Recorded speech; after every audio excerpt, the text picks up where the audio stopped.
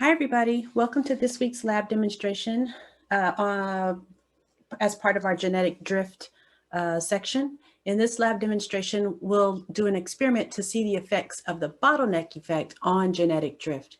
So the first thing you'll need to do is copy down this template that you see here on the screen for data collection. So you'll need this information down on a piece of paper so that you can collect the data and write your lab notes as we go. So just pause the video here, copy this information down on your paper, and then when you have it all copied, resume the video.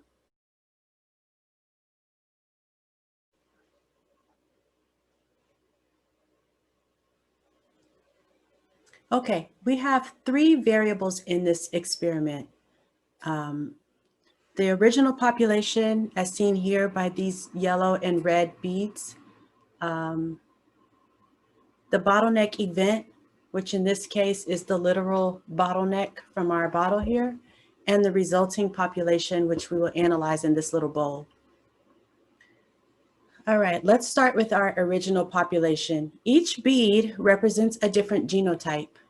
We have 25 yellow beads that we'll just call yellow from now on. And then we have 35 red beads, which we'll just call red from now on. So write this down in your lab notes. 25 yellow beads and 35 red beads. Now I will add the beads to the environment. So I'm putting the beads in the bottle.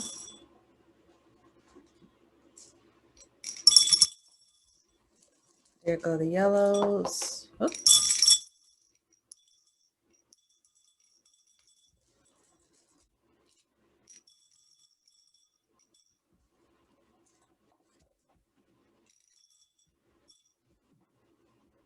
The beads are in. I'm going to cap the bottle and shake them up. So now all of our genotypes are dispersed randomly throughout the population. Red and yellow, not clumped together anymore, all randomly dispersed. Okay, so you'll notice that the bottle has a pretty narrow neck.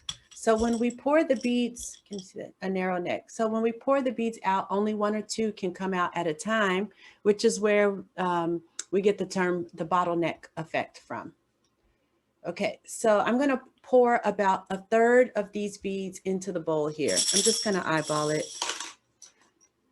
You can see only a couple can come out at once.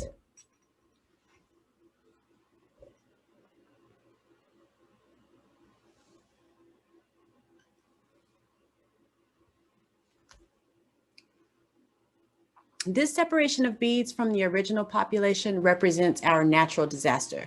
The beads remaining in the bottle, all these guys have died. They didn't make it. We'll slide them out of the frame.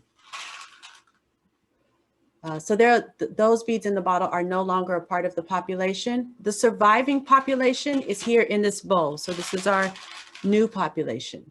Now, take a minute and count the number of yellow, or take a second and count the number of yellow beads. We'll do this first one together. 1, 2, 3, 4, 5, 6, 7, 8, 9, 10 yellow beads, and 1, 2, 3, 4, 5, 6, 7, 8, 9, 10, 11, 12, 13, 14, 15 red beads. Okay, so 10 yellow beads and 15 red beads. Write this down in your lab notes as in the new population in simulation 1. Okay, so that's simulation 1. I'm going to add these beads back to the bottle.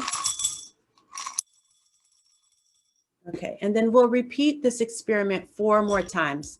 And each time you will count the number of red beads and the number of yellow beads in the surviving population and record that information in your lab notes. Okay, so second simulation.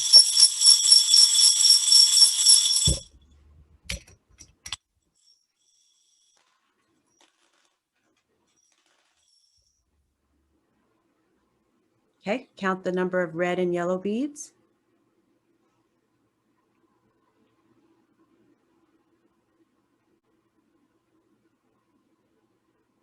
Okay, I'm going to go to the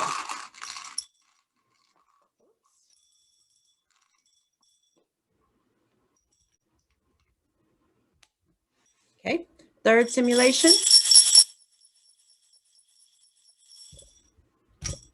Okay, natural disaster.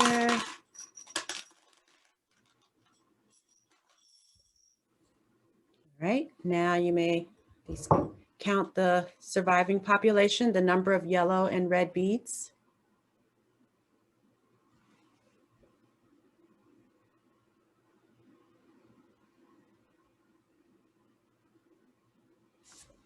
Okay.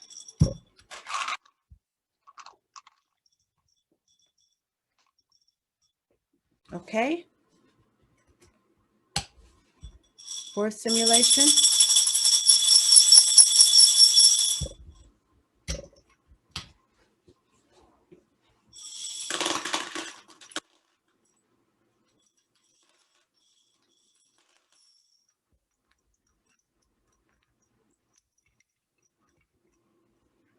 Okay, count the number of red and yellow beads.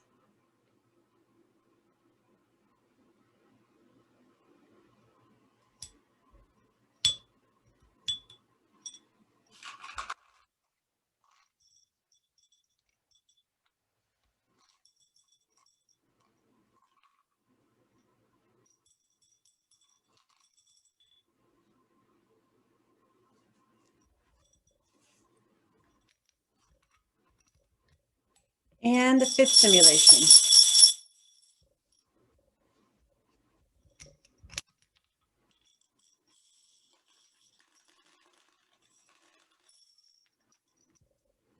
Right, count those red and yellow beads.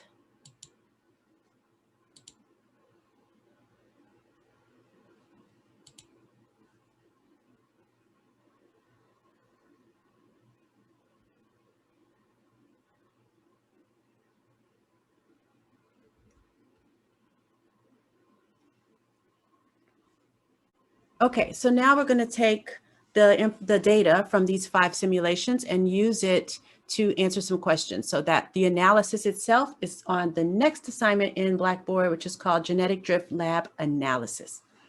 Okay, thank you for your time today.